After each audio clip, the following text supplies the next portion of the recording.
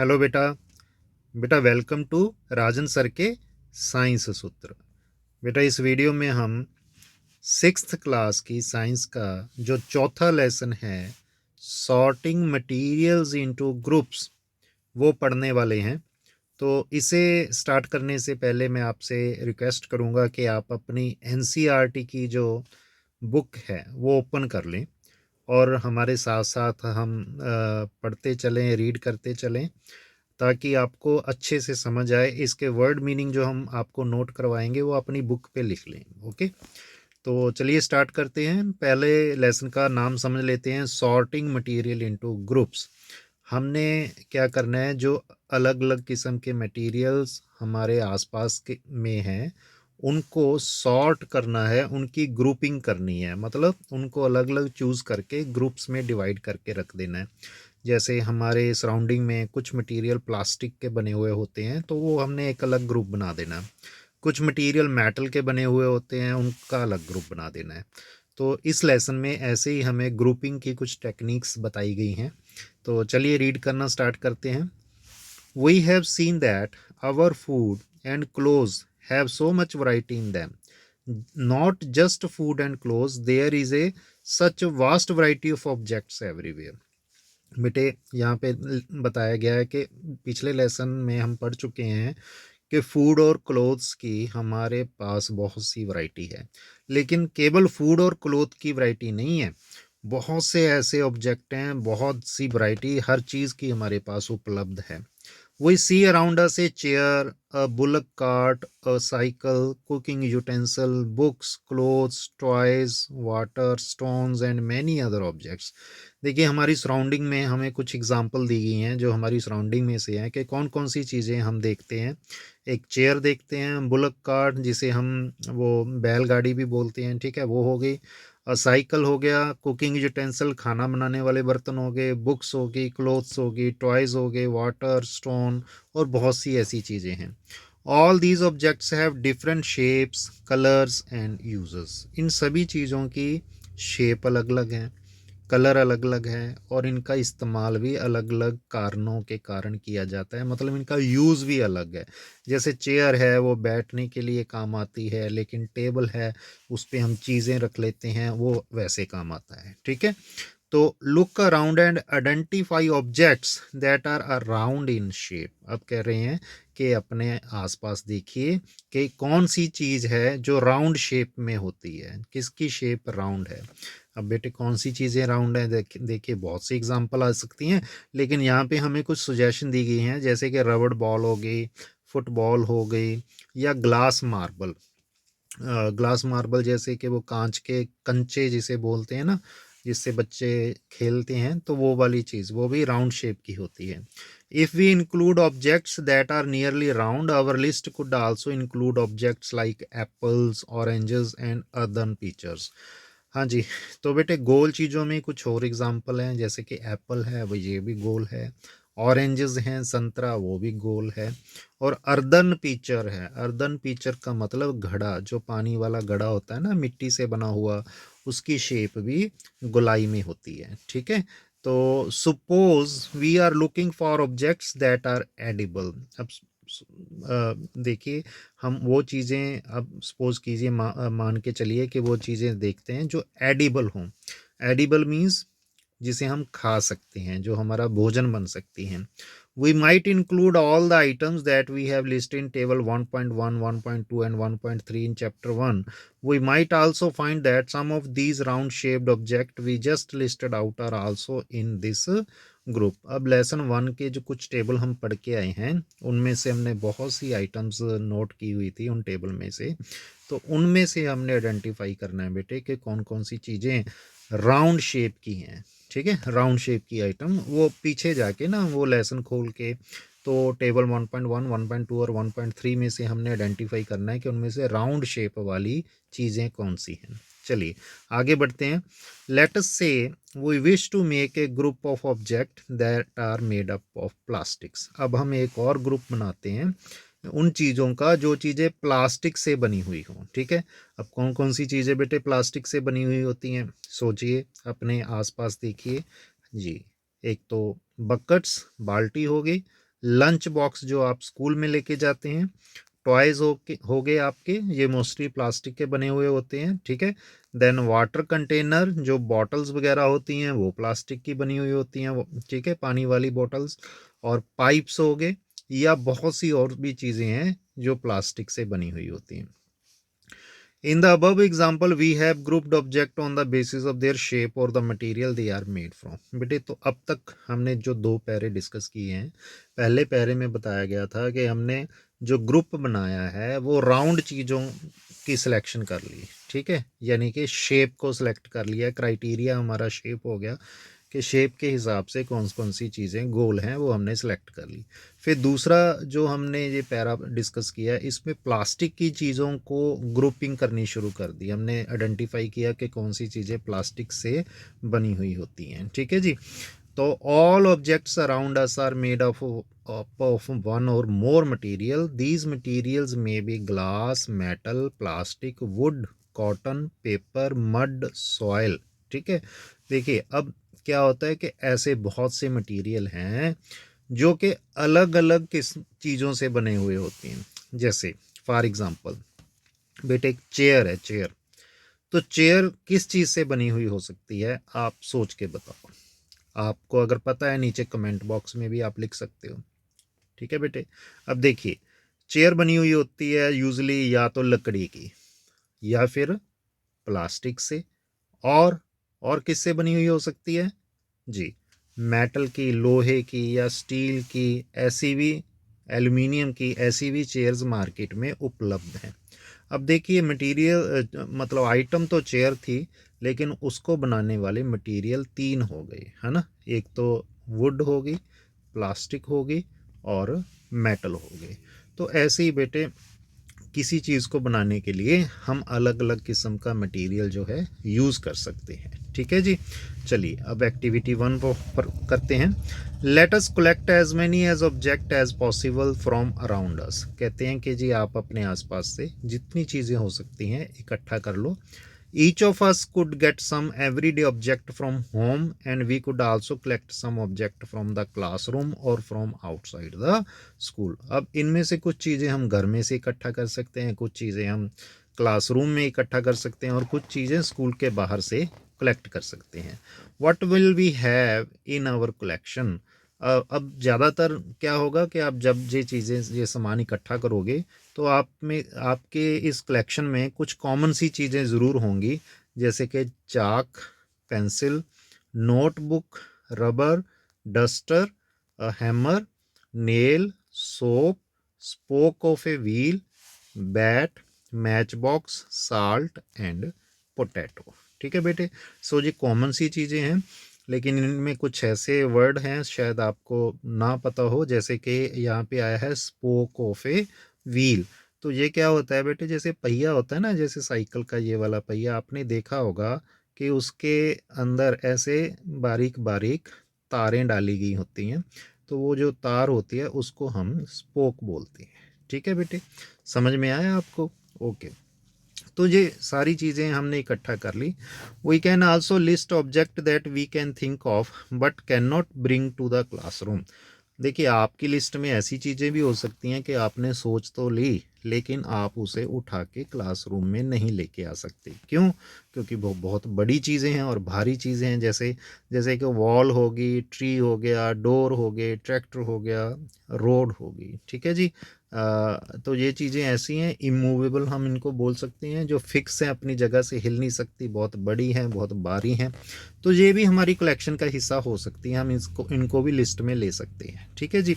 Now separate all objects from this collection that are made from paper और wood. अब बेटे हमने क्या करना है, अपनी लिस्ट में से वो मटेरियल अलग कर लेने हैं जो या तो लकड़ी के बने हुए हैं या फिर कागज़ के बने हुए हैं। बेटे यहाँ पे एक बात आपको बता दूं मैं, जो हमारी कागज़ होता है ना, जो कॉपी या बुक का कागज़ होता है, पेपर होता है, वो लकड़ी के बुरादे से बना हुआ होता है, यानी कि लकड़ी से ही बना हुआ होता है, ठीक है, तो ये आप बात याद रखें। तो यहाँ पे लिखा हुआ है इन्होंने कि आप लकड़ी या कागज़ कोई भी उससे बनी हुई चीज़ इनका एक ग्रुप बना लें। This way we have divided all the object into two groups. One group has the object that are made from paper और wood, while the other group has the objects that are not made up of these material। अब हमने जो भी item collect की उनको दो हिस्सों में बांट देना है। पहले ग्रुप में हमने वो आइटम रख लेनी है जो कि वुड या पेपर से बनी हुई है, ठीक है, और दूसरे ग्रुप में वो चीज़ें रख लेनी है जो कि वुड और पेपर से नहीं बनी हुई। तो अगर वो चीज़ वुड और पेपर से नहीं बनी हुई फिर किस चीज़ से बनी हुई हो सकती है? तो वो बेटे हो सकता है प्लास्टिक से बनी हुई हो सकता है किसी मेटल से बनी हुई हो। अब मेटल में भी अलग अलग चीज़ें हो सकती हैं, जैसे लोहा हो सकता है, तांबा हो सकता है, एल्युमिनियम हो सकता है। तो ऐसे हमने ग्रुपिंग कर ली, अपनी चीज़ों को दो ग्रुप में डिवाइड कर लिया। Similarly we could separate the things that are used for preparing food. इसी तरीके से बेटे हम एक ग्रुप और भी बना सकते हैं, जो चीज़ें हमारे फूड के तौर पे हम जिनका इस्तेमाल करते हैं उनमें से वो अलग ग्रुप में डाल सकते हैं, ठीक है। Let us be little more systematic. अब हम थोड़ा और सिस्टमेटिक हो जाते हैं। List all object collected in table 4.1, try to identify the material that each one is made up of. It would be fun to make this is on a large table, collecting information about as many as object as possible. It may seem difficult to find out the material out of which some of these objects are made। अब हमने क्या करना है, जो अपना material collection की है उसको एक बड़े से टेबल पे रख के, ठीक है, बड़े से टेबल पे रख के उनका मटेरियल आइडेंटिफाई करने की कोशिश करनी है, जो भी चीज़ें आपने कलेक्ट की हैं, ठीक है। इसमें आप अपने टीचर की, अपने किसी फ्रेंड की या पेरेंट्स की हेल्प ले सकते हो। तो यहाँ पे हमने एक लिस्ट बनानी है, जैसे हमें यहाँ पे सुजेस्ट किया गया है टेबल 4.1 में। तो पहले हमने ऑब्जेक्ट का नेम लिख लेना है। जैसे मान लीजिए ऑब्जेक्ट का नेम है प्लेट, थाली, ठीक है। अब उसका मटेरियल लिख लेना है कि ये प्लेट किस चीज़ से बनी हुई हो सकती है। बेटे एक थाली या एक प्लेट बहुत सी चीज़ों से बनी हुई हो सकती है, जैसे हो सकता है वो स्टील से बनी हुई हो, या फिर वो कांच की प्लेट हो, या फिर वो प्लास्टिक हो, या कोई और मटेरियल भी हो सकता है, ठीक है। और क्या हो सकता है बेटे? क्या आपने किसी और मटेरियल की प्लेट देखी है, या टीवी पे देखी हो, कहीं पे पिक्चर देखी हो? सोचिए ज़रा। जी बेटे, बनाना लीव्स की भी प्लेट बनती है, ठीक है। बहुत से पत्तों की अलग अलग बड़े बड़े जिन जिन पौधों के बड़े पत्ते होते हैं, चौड़े पत्ते होते हैं, तो उनसे प्लेट बन सकती है, ठीक है। और लकड़ी की भी प्लेट बन सकती है, ठीक है बेटे। तो ऐसी बहुत सी मटेरियल हैं जिससे हम प्लेट बना सकते हैं। सिमिलरली आप जो पेन यूज़ करते हो वो किस चीज़ से बना हुआ हो सकता है बेटे? हो सकता है वो पेन प्लास्टिक से बना हुआ हो या फिर किसी मेटल से बना हुआ हो, ठीक है। अब हम देखते हैं कि जो हम चेयर यूज़ करते हैं, हमने पहले भी डिस्कस किया, चेयर कौन कौन से जनरली कौन कौन से मटेरियल से चेयर बनती है वो हमने यहाँ पे लिख लेना है। हाँ जी, एक तो यूजली आजकल हम जो चेयर यूज़ कर रहे हैं वो प्लास्टिक से बनी हुई होती हैं, या फिर वुड से बनी हुई होती हैं, या फिर किसी मेटल से बनी हुई होती है, ठीक है बेटे। ओके, अब आपका जो स्कूल बैग हो गया, अब उसकी बात करते हैं। स्कूल बैग किस चीज़ से बना हुआ होता है, ठीक है, बताइए बेटे। तो स्कूल बैग यूजली कॉटन का हो सकता है, जिसे डेनिम वगैरह का हो सकता है, ठीक है। जीन जो पहनते हो ना आप, जीन की पैंट, तो वो मटेरियल जो होता है वो वाली कॉटन, उसको डेनिम बोला जाता है। लगभग उसी मटेरियल से स्कूल बैग बनते हैं। या फिर ये प्लास्टिक के भी आजकल नाइलॉन टाइप प्लास्टिक या बहुत सी किस्म की प्लास्टिक आती है, पैराशूट प्लास्टिक होगी, ठीक है, जिससे कि स्कूल बैग्स में इस्तेमाल किया जाता है। तो वो चीज़ें होगी, ठीक है बेटे।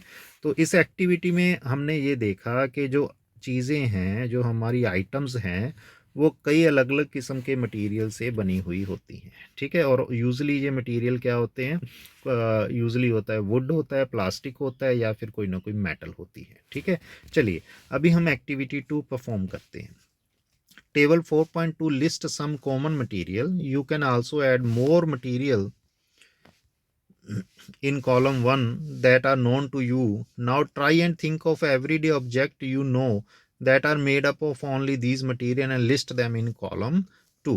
ठीक है बेटे, अब हमने क्या करना है कि जी एक मटेरियल चूज कर लिया, जैसे वुड मटेरियल चूज कर लिया, लकड़ी। तो लकड़ी से कौन कौन सी चीज़ें बनी हुई होती हैं? आपकी सराउंडिंग में आपने कौन कौन सी चीज़ें देखी हैं जो लकड़ी से बनी हुई हो, उनकी लिस्ट बना लेनी है बेटे, ठीक है। तो यहाँ पे हमारे सजेशन के लिए कुछ नेम दिए गए हैं, जैसे कि चेयर लकड़ी से बनी हुई होती है, टेबल, प्लो। प्लो क्या होता है? जो खेतों में किसान होते हैं, वो मिट्टी को मतलब खेत जब तैयार करते हैं तो मिट्टी को प्लो के साथ उसकी क्या बोलते हैं उसको, उसकी टर्निंग करते हैं, ठीक है। प्लो इसे हिंदी में हल बोला जाता है। तो हल से मिट्टी को उल्टाते हैं तो उसे, ताकि अच्छे तरीके से फसल हो सके। तो प्लो का मतलब होता है हल, ठीक है। देन बुलक कार्ट, ये बैलगाड़ी होगी जी, और इसके पहिए हो गए बुलक कार्ट के। ये सारी चीज़ें लकड़ी से बनी हुई होती हैं, ठीक है बेटे।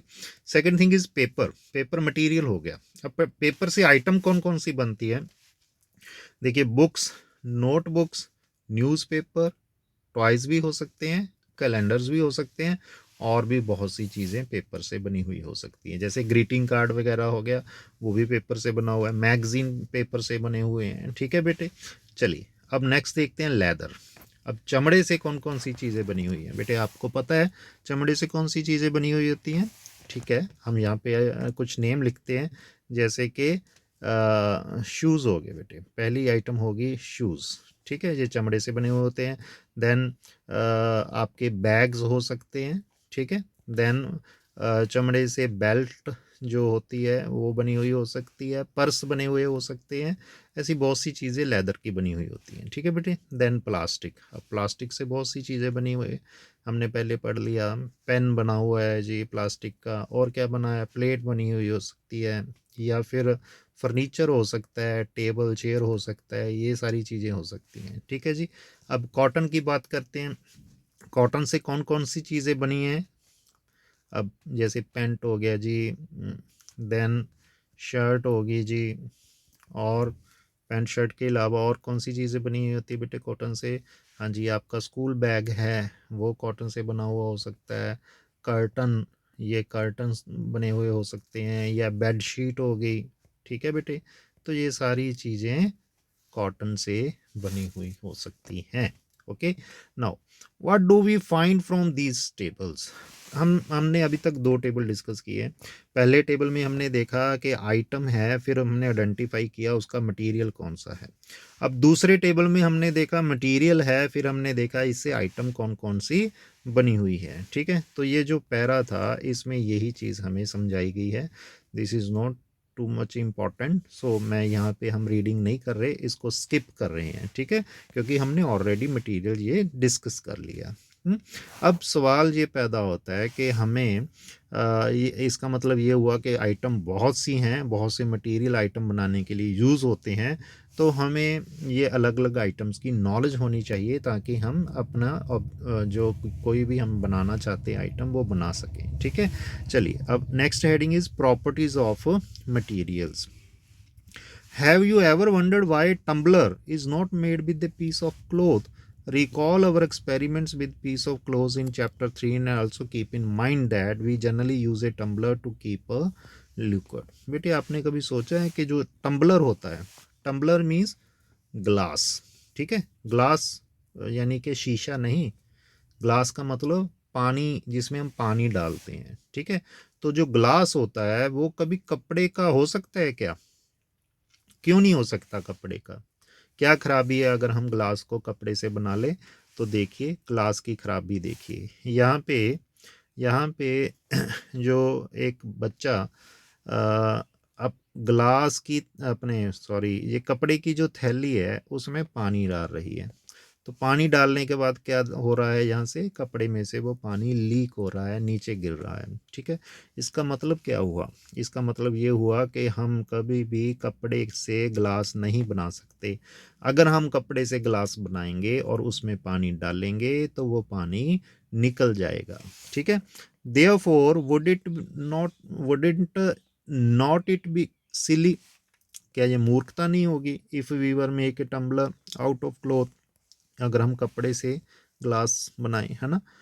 what we need for a tumbler is glass, plastic, metal or other such material that will hold water. तो अगर हम टम्बलर कपड़े से नहीं बना सकते, फिर कौन कौन से मटेरियल हैं जो टम्बलर बनाने के काम आ सकते हैं? बेटे बहुत से मटेरियल हैं, जैसे ग्लास हो गया, कांच हो गया, ठीक है, प्लास्टिक, मेटल और बहुत से अदर मटेरियल जो हैं, मिट्टी भी हो सकती है, मिट्टी के भी ग्लास बना सकते हैं। पुराने समय में मिट्टी के ही ग्लास बना करते थे, ठीक है। Similarly it would not be wise to use paper like material for cooking vessel. तो बेटे क्या अब जबकि हम ने बात कर ली है कि कपड़े से पानी वाला ग्लास नहीं बनाया जा सकता, तो क्या कुकिंग यूटेंसिल बनाए जा सकते हैं? चाय बनाने वाले बर्तन वो बनाए जा सकते हैं, खाना बनाने वाले बर्तन वो बनाए जा सकते हैं? नहीं ना। ठीक है बेटे, okay. We see then that we choose a material to make an object depending on its properties. अब हमें ये समझ में आने लग गया कि जब हमने कोई आइटम बनानी होती है तो हमें पहले ये चूज़ करना होता है कि हम उसकी मटेरियल कौन सा यूज़ करें, और वो मटेरियल इस बात पे डिपेंड करता है कि उसकी प्रॉपर्टीज़ क्या हैं, ठीक है। और दूसरी चीज़ उसका पर्पज़ क्या है, हम जो आइटम बनाना चाहते हैं किस पर्पज़ के लिए बनाना चाहते हैं, ठीक है। So what are all the properties of material that would be important for their use, some properties are discussed here। तो चलो बच्चों, अब हम मटेरियल्स की कुछ प्रॉपर्टीज़ डिस्कस करने जा रहे हैं ताकि हमें समझ में आए कि अलग अलग किस्म के मटेरियल्स में क्या प्रॉपर्टीज़ होती हैं, ठीक है। तो जो हमारी पहली प्रॉपर्टी है वो है अपीयरेंस। अपीयरेंस मीन्स वो चीज़ दिखती कैसी है, ठीक है। Material usually look different from each other. Would looks very different from iron, iron appears different from copper और एल्यूमिनियम। देखिए अब मटेरियल जो हैं, अलग अलग मटेरियल एक दूसरे से अलग तरीके से दिखाई देते हैं।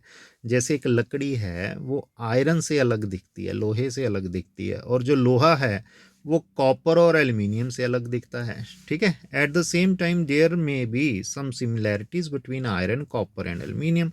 बेटे अब आयरन हमने कहा कि कॉपर और एल्यूमिनियम से अलग दिखता है, लेकिन फिर भी इनमें कुछ समानताएं भी हैं, कुछ भिन्नताएं भी हैं, सभी कुछ है इनमें, ठीक है। तो चलिए अब परफॉर्म करते हैं activity 3। Collect small pieces of different materials: paper, cardboard, wood, copper wire, aluminium sheet, chalk. Do any of these paper appear shiny? बेटे आपने ना अलग अलग मटेरियल कलेक्ट कर लेना है। जैसे कागज़ हो गया, कार्डबोर्ड कोई गत्ता हो गया, देन लकड़ी हो गई, देन कॉपर की वायर हो गई, एल्यूमिनियम की शीट हो गई, चाक हो गया, ये चीज़ें इकट्ठी कर ली।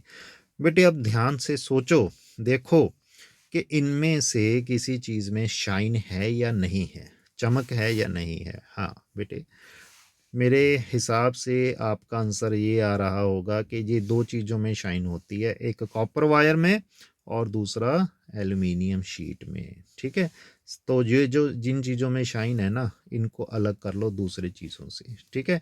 Now observe as the teacher cuts each material into two pieces and look at the freshly cut surface. What do you notice? बेटे हो सकता है किसी चीज़ पे ना शाइन ना हो, तो उसे, जैसे यहाँ पे एक डायग्राम दिखाया गया है, यहाँ पे एक मेटल की एक पाइप दिखाई हुई है ना, तो इसमें शाइन नहीं है, तो आप अपने टीचर की हेल्प ले सकते हो, वो उसको यहाँ से चाकू से काट देंगे, और जब काटेंगे तो ऐसे उसका सरफेस ओपन हो जाएगा, जिसमें से आप देखोगे कि बेशक बाहर तो शाइन नहीं थी लेकिन अंदर इसके शाइन है, ठीक है। So do you notice such a shine or luster in the other material? क्या ये शाइन है या इसे हम लस्टर भी बोलते हैं, ये बाकी सभी मटेरियल में होती है? सभी को काट के देखो बेटे, ठीक है। Repeat this in the class with as many as material as possible.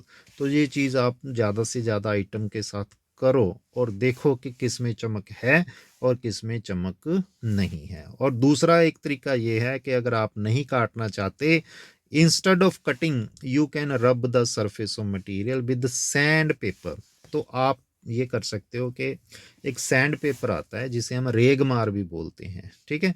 तो उस सैंड पेपर से मटेरियल को रगड़ें ताकि उसके ऊपर जो डलनेस है वो उतर जाए और अंदर से वो चमक जो है, अंदर वाली चमक, वो हमें दिखाई देना शुरू करे। तो सैंड पेपर रगड़ने के बाद अगर चीज़ किसी में शाइन आती है तो उसे अलग ग्रुप में रख लें, और अगर नहीं आती तो उसे नॉन शाइनी वाले ग्रुप में रख लें, ठीक है बेटे। Now material that have such lustre are usually metal.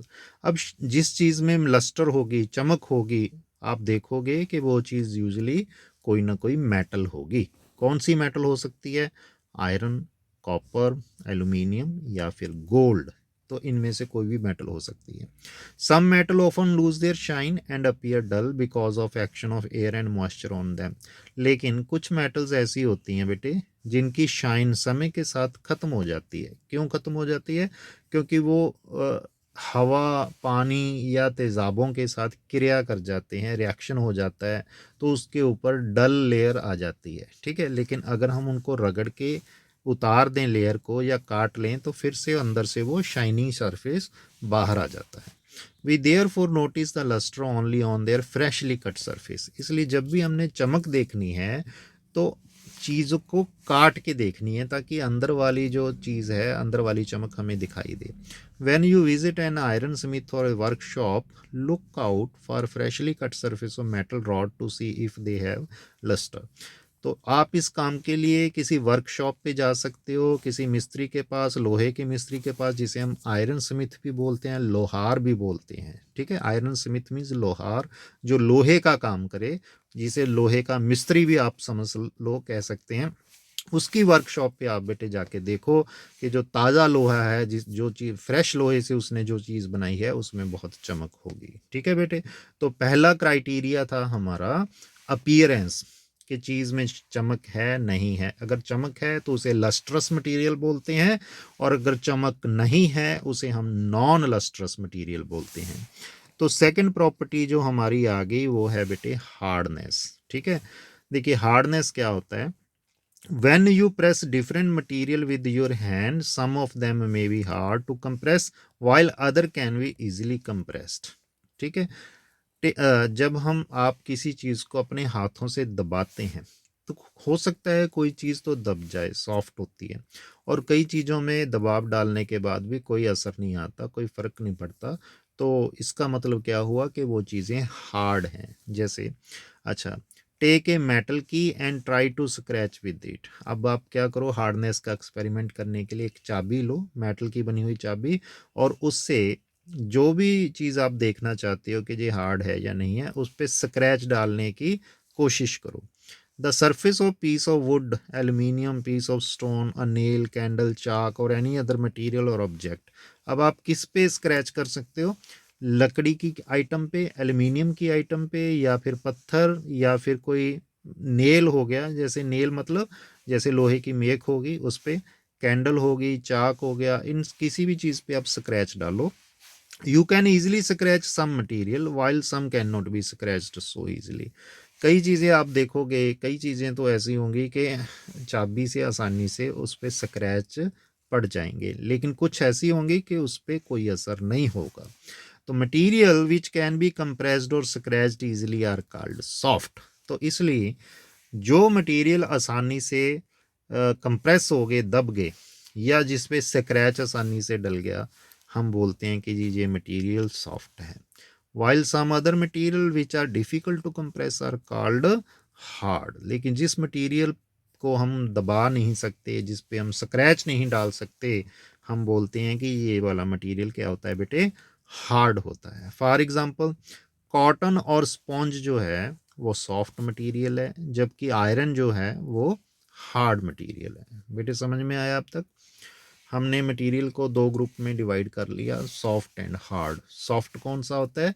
जिसे आसानी से दबाया जा सके या जिस पे आसानी से स्क्रैच डाले जा सकते हो, जैसे कि कॉटन होगी या फिर स्पॉन्ज होगी, ये चीज़ें सॉफ्ट मटेरियल में आती हैं। ठीक है, और हार्ड मटेरियल वो है जो चीज़ आसानी से ना तो दबाई जा सके, ना जिस पे स्क्रैच डाले जा सके।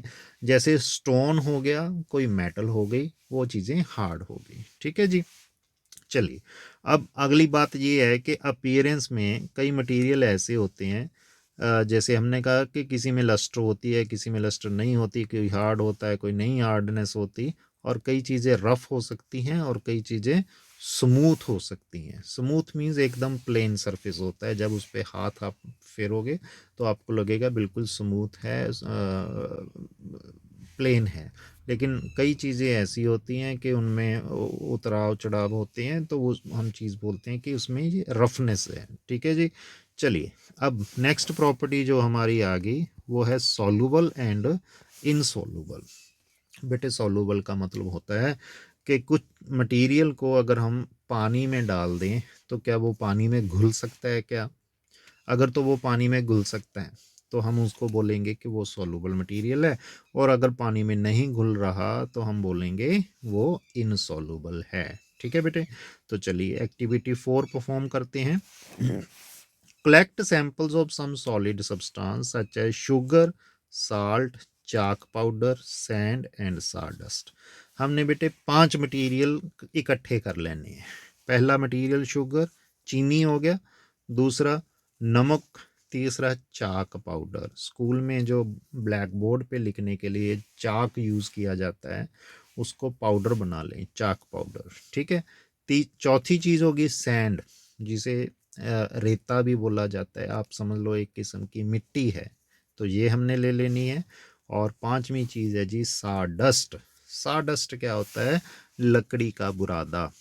जब हम लकड़ी को काटते हैं तो उसमें से बारीक पाउडर जो निकलता है आरी की सहायता से, उसे हम साडस्ट बोलते हैं। ठीक है। तो ये पांचों चीज़ें हमने 5 अलग अलग गिलासों में डाल के, ठीक है, या बीकर में डाल लेनी है, फिर उनमें पानी डाल देना है। Fill each one of them about 2/3 with water. पांचों में 2/3 वाटर ऐड कर दिए, और add a small amount of sugar to the first glass, salt to the second, and similarly add small amount of other substances into other glasses. तो इन्होंने कहा है कि जी पहले 5 बीकर ले लें, उनमें पांचों में पानी डाल लें, फिर एक एक चम्मच हर चीज़ का हर एक गिलास में डाल दें। जैसे पहले गिलास में शुगर डाल दो, दूसरे में नमक डाल दीजिए, तीसरे में चाक पाउडर, चौथे में मिट्टी, और पांचवें में हमने डाल देना है लकड़ी का बुरादा।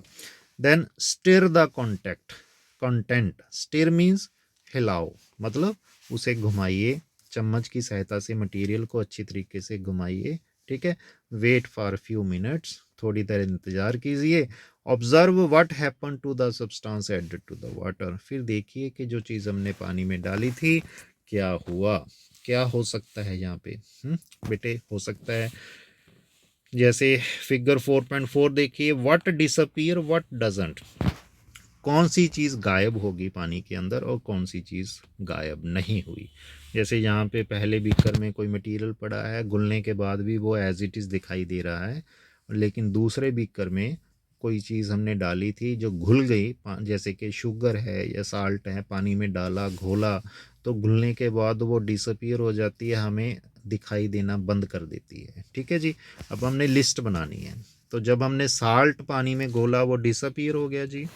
शुगर घोला तो वो भी डिसअपीयर हो गया, यहाँ पे आ गया डिसअपीयर। देखा है बेटे आपने चीनी को घोल के कभी पानी में, तो वो घुलने के बाद डिसअपीयर हो जाती है। अब सैंड, हमने मिट्टी डाली पानी में, उसको घोलो, एक दफ़ा तो लग जाएगा कि जी घुल गई, लेकिन थोड़ी देर रखने के बाद वो मिट्टी नीचे बैठ जाएगी। इट मीन्स यहाँ पे हम क्या फिल करेंगे? Does not disappear. does not disappears. Then chalk powder. अब चाक पाउडर भी पानी में डालने में उसमें भी नहीं घुलता, तो यहाँ पे भी हम क्या लिखेंगे? Does not disappear. Okay. Then sawdust, लकड़ी का बुरादा, ये भी पानी में नहीं घुलता, इसलिए यहाँ पे भी हम क्या लिखेंगे? Does not disappear. ओके बेटे। Now, you will notice that some substances have completely disappeared or dissolved in water. अब आप देखोगे कि कुछ चीज़ें, जो 5 चीज़ें हमने ली थी उनमें से कुछ चीज़ें, यानी कि ये 2 चीज़ें पानी में घुल गई हैं या कह लो डिसअपीयर हो गई हैं। We see that the substances are soluble in water. इसका मतलब ये हुआ बेटे, ये दोनों चीज़ें पानी में सॉल्युबल हैं। सॉल्युबल मीन्स ये पानी में डिजॉल्व हो सकती हैं, घुलनशील हैं। ठीक है।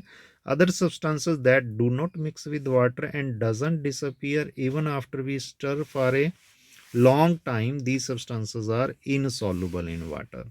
तो ये बाकी की 3 चीज़ें हैं जो कि पानी में रखने के बावजूद भी नहीं घुली, उसमें एज इट इज़ पड़ी रहीं, तो इसे हम बोलते हैं कि ये चीज़ नॉन सॉल्युबल है, इनसॉल्युबल है। ठीक है बेटे? Okay, now the question is next, water plays an important role in the functioning of our body. हमारे शरीर को पानी की बेटे रोज़ ज़रूरत होती है, इसीलिए हमें प्यास लगती है, हम पानी पीते हैं। लेकिन सोचने वाली बात ये है कि हमारी बॉडी इस पानी से क्या करती है, पानी का फंक्शन क्या है। तो इसका फंक्शन क्या है, because it can dissolve a large number of substances. ये हमारे बॉडी में जाके बहुत सी चीज़ों को घोलने में और अब्जॉर्ब करने में सहायता करता है, फूड को डाइजेस्ट करने में सहायता करता है। ठीक है बेटे? Do liquid also dissolve in water. अब सवाल ये पैदा होता है कि ऊपर वाली एक्टिविटी में हमने देखा, हमने 5 सॉलिड लिए थे, 5 सॉलिड में से 2 सॉलिड तो पानी में डिसॉल्व हो गए, बाकी के 3 सॉलिड पानी में डिसॉल्व नहीं हुए। ठीक है? अब हम देखेंगे कि अगर पानी के अंदर कोई लिक्विड डाल दें, जैसे कोई सिरका डाल दें, अल्कोहल डाल दें, या फिर कोई तेल डाल दें, जैसे कोकोनट ऑयल हो गया, सरसों का तेल हो गया, वो डाल दें, तो क्या वो भी सॉल्युबल होते हैं? चलिए परफॉर्म करते हैं activity 5।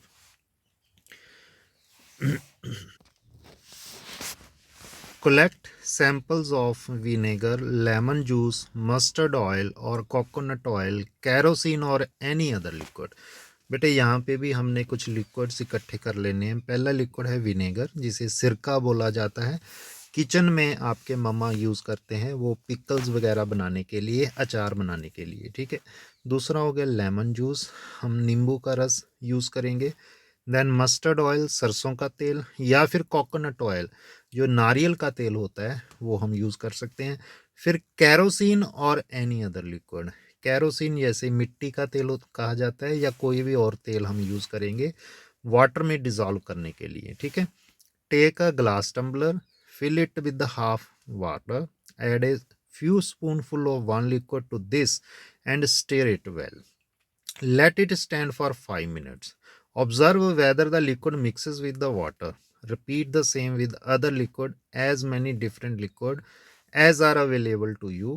Write your observation in table 4.4। तो बेटे आपने क्या करना है कि कुछ ग्लासेस ले लेने हैं, उनमें आधा आधा पानी, आधा कप पानी डाल के, फिर आपने कुछ स्पून ये अलग अलग लिक्विड हर एक ग्लास में डालने हैं। जैसे पहले ग्लास में आपने डाल लेना है विनेगर, दूसरे में लेमन जूस, तीसरे में मस्टर्ड ऑयल, चौथे में कोकोनट ऑयल और पांचवें कैरोसिन। फिर उसको कुछ मिनटों तक उसको स्टिर कीजिए, घुमाइए और देखिए क्या वो मिक्स होते हैं। और आप अपनी ऑब्जर्वेशन इस टेबल में लिख सकते हैं, जैसे यहाँ पे लिखा हुआ है। आप देखोगे कि जब आपने विनेगर डाला था, सिरका डाला था पानी में, तो वो घुल जाता है अच्छे तरीके से, मिक्स वेल हो जाता है। ठीक है? अब देखना है कि क्या लेमन जूस पानी में मिक्स होगा। जी हाँ, हो जाएगा। तो यहाँ पे भी हम लिखेंगे mix is well. Okay. Then mustard oil, क्या सरसों का तेल पानी में मिक्स होता है बेटे? जी नहीं बेटे, यूजली जो ऑयल होते हैं वो पानी में मिक्स नहीं होते। तो यहाँ पे हम लिखेंगे does not mix. Then coconut oil, क्योंकि ये भी तेल है, तो यहाँ पे भी क्या आ जाएगा, डज नॉट मिक्स। अब आ गया कैरोसिन ऑयल, मिट्टी का तेल, ये भी तो तेल ही है, तो यहाँ पे हम लिखेंगे डज नॉट मिक्स। ठीक है? तो जैसे यहाँ पे आप देखो बेटे, पहला बीकर है, इसमें कोई लिक्विड अच्छे तरीके से डिज़ोल्व हो गया पानी के अंदर, तो एक जैसा दिखाई देता है, तो ये सॉल्युबल लिक्विड था। जबकि जो दूसरा डायग्राम है, इसमें आप देख सकते हो ये नीचे नीचे आपको पानी की लेयर दिखाई देगी, और इसके ऊपर एक अलग से अलग कलर की लेयर दिखाई दे रही है। तो यहाँ पे ये ऑयल है और यहाँ पे ये वाटर है। ठीक है? ये दोनों आपस में मिक्स नहीं हुए। ओके बेटे? Now we notice that some liquid get completely mixed with water, some others does not mix with water and form a separate layer when kept aside for some time, ठीक है। तो हमने अब तक ये बात कर ली कि कुछ लिक्विड तो पानी में डिज़ोल्व हो जाते हैं, मिक्स हो जाते हैं, लेकिन कुछ लिक्विड ऐसे होते हैं जो पानी में अच्छे से मिक्स नहीं होते, अपनी एक सेपरेट लेयर बना लेते हैं, ठीक है बेटे। तो अब पहेली ये जानना चाहती है, Paheli is curious to know whether gases also dissolve in water. तो पहेली जानना चाहती है क्या क्या कुछ गैसें ऐसी हैं जो पानी में डिसॉल्व होती हैं। तो बेटे यस, इसका आंसर है यस। सभी गैसेज, लगभग सभी गैसें पानी में डिसॉल्व हो लेती हैं, लेकिन उनकी सॉल्युबिलिटी अलग अलग होती है। मतलब कुछ गैसें ज़्यादा डिसॉल्व हो सकती हैं, कुछ कम डिसॉल्व हो सकती हैं, ठीक है। देखिए, some gases are soluble in water whereas others are not. कुछ गैसें पानी में सॉल्युबल हैं, कुछ नहीं है। Water usually has small quantities of some gases dissolve in it. पानी में कुछ ना कुछ गैसें ज़रूर घुली हुई होती हैं, सोलूबल होती हैं। फॉर एग्ज़ाम्पल ऑक्सीजन गैस जो है पानी में घुली हुई होती है, बहुत इंपॉर्टेंट होती है for survival of animals and plants that live in water. पानी के अंदर जो जीव जंतु रहते हैं, पौधे होते हैं, जानवर होते हैं, उनके ज़िंदा रहने के लिए वो ऑक्सीजन का इस्तेमाल करते हैं, और वो ऑक्सीजन पानी में घुले हुए फॉर्म में होती है। ओके बेटे, समझ में आया? Okay, now our next heading is objects में फ्लोट और सिंक इन वाटर। बेटे अब कुछ चीज़ें ऐसी होती हैं जो कि पानी के ऊपर फ्लोट करती रहती हैं। फ्लोट का मतलब पानी के ऊपर तैरती रहती हैं। और कुछ चीज़ें ऐसी होती हैं जो सिंक कर जाती हैं। सिंक मीन्स पानी के अंदर डूब जाती हैं, ठीक है। देखिए, while doing activity 4 you might have noticed that the insoluble solid separate out from the water. You may have also noticed this with some liquid in activity 5. बेटे जब हमने एक्टिविटी 4 और 5 की, जिसमें हमने देखा कुछ चीज़ें पानी के अंदर घुल जाती हैं और कुछ चीज़ें पानी के अंदर नहीं घुलती, ठीक है। Some of these material that did not mix with water floated to the surface of water, other में have sunk to the bottom of the tumbler, right.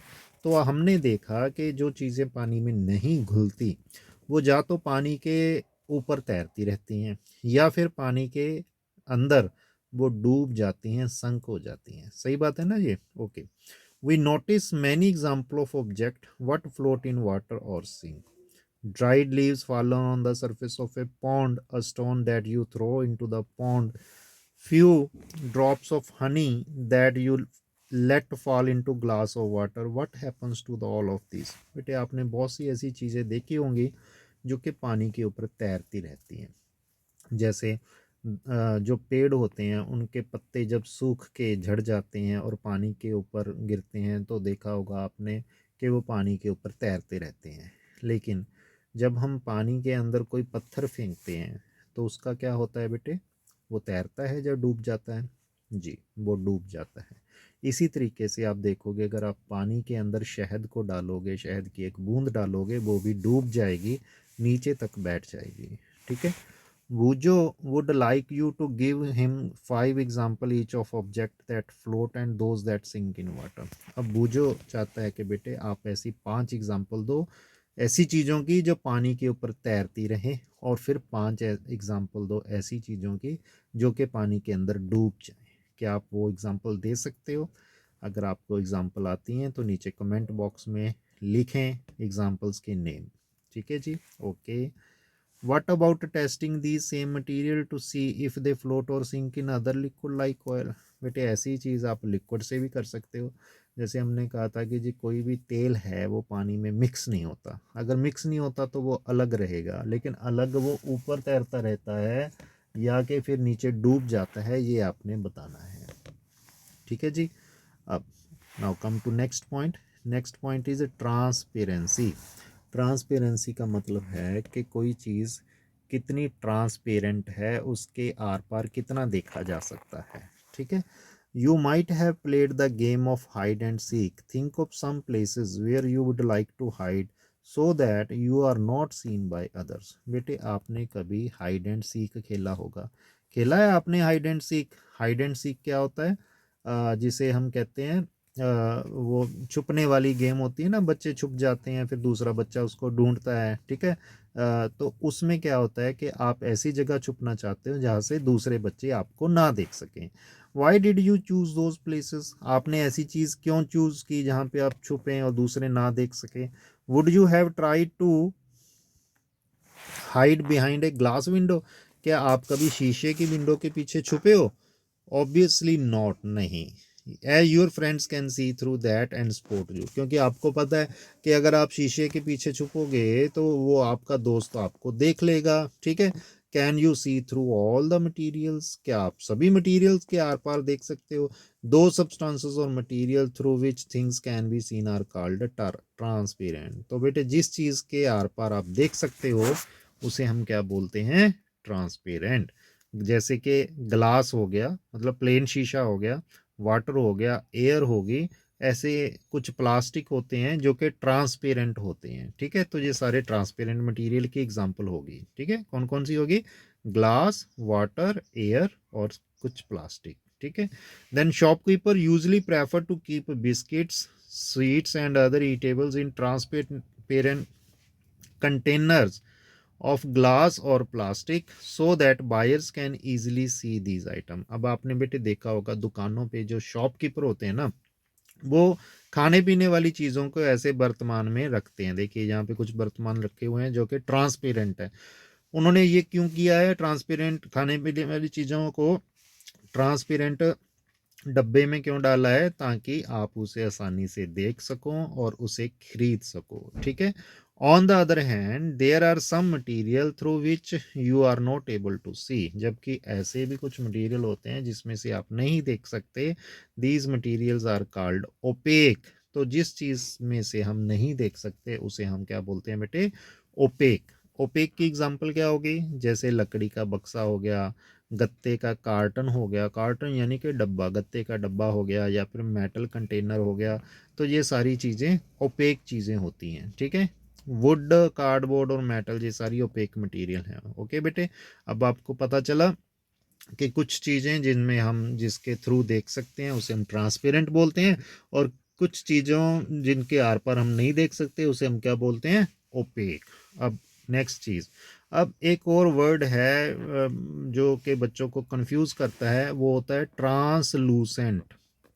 Translucent, चलिए अब उसके बारे में सीखते हैं कि ये क्या होता है।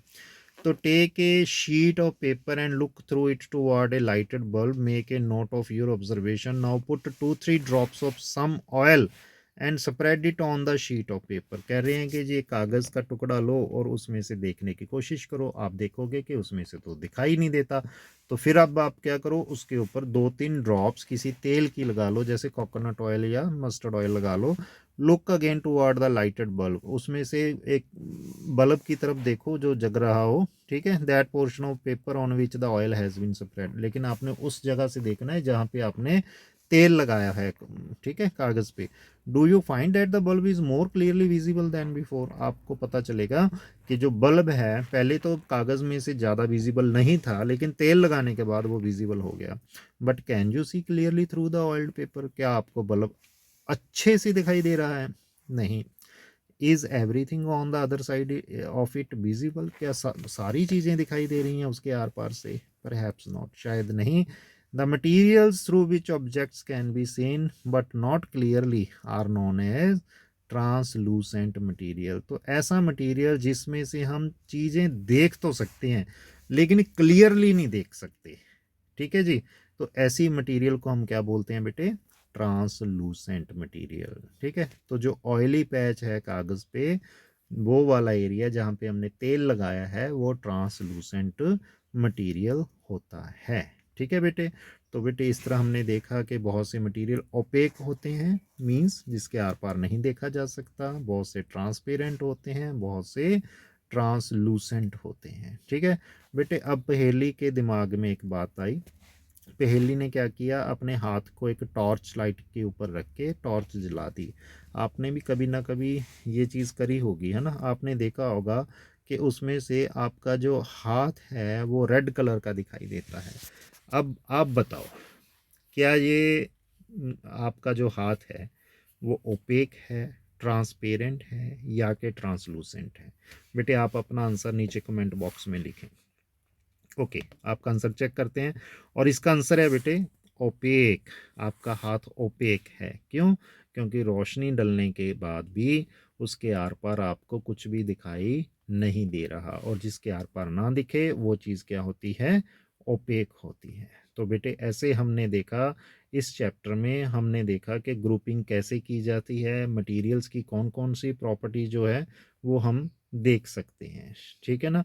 हमने कौन कौन सी मटेरियल की प्रॉपर्टी चेक की? पहले तो हमने अपीयरेंस देखी। अपीयरेंस में हमने देखा कोई चीज़ रफ़ है, स्मूथ है, कोई चीज़ हार्ड है या फिर सॉफ्ट है, उसमें लस्टर है या फिर वो नॉन लस्ट्रस है, ये चीज़ें देखी। फिर हमने देखा कि कौन सी चीज़ जो है वाटर में सॉल्युबल है या फिर इनसॉल्युबल है ना? फिर हमने देखा कौन सी चीज़ ओपेक है, ट्रांसपेरेंट है, ट्रांसलूसेंट है। तो इतनी सारी प्रॉपर्टीज़ देखने के बाद हम डिसाइड करते हैं कि हमने किसी आइटम को बनाने के लिए कौन सा मटेरियल चूज़ करना है और कौन सा मटेरियल चूज़ नहीं करना। ठीक है बेटे? तो ये थी सारी समरी, ये था सारा लेसन, अपना जो 4th लेसन था क्लास 6 में।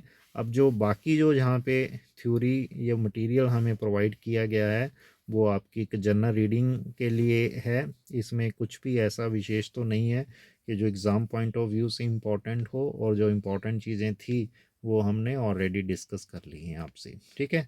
अब आप अपना लेसन रीड करें, इम्पोर्टेंट डेफिनेशंस को याद करें। ठीक है? यहाँ पे लेसन में से कुछ इम्पोर्टेंट वर्ड आए थे, ये सारे वर्ड मैंने आपको इनका मीनिंग बता दिया है। ठीक है? तो बेटा उम्मीद है आपको ये वीडियो अच्छी लगी होगी। ऐसे ही अगर आप बाकी लेसन भी सीखना चाहते हैं साइंस के, 6th क्लास की साइंस की, तो हमारी बाकी की वीडियोस आप देख सकते हो। ठीक है? और हमें हमारी मेहनत को अप्रिशिएट करने के लिए एक लाइक, एक कमेंट, एक शेयर और एक सब्सक्राइब ज़रूर करना। ठीक है बेटे? Okay, thank you.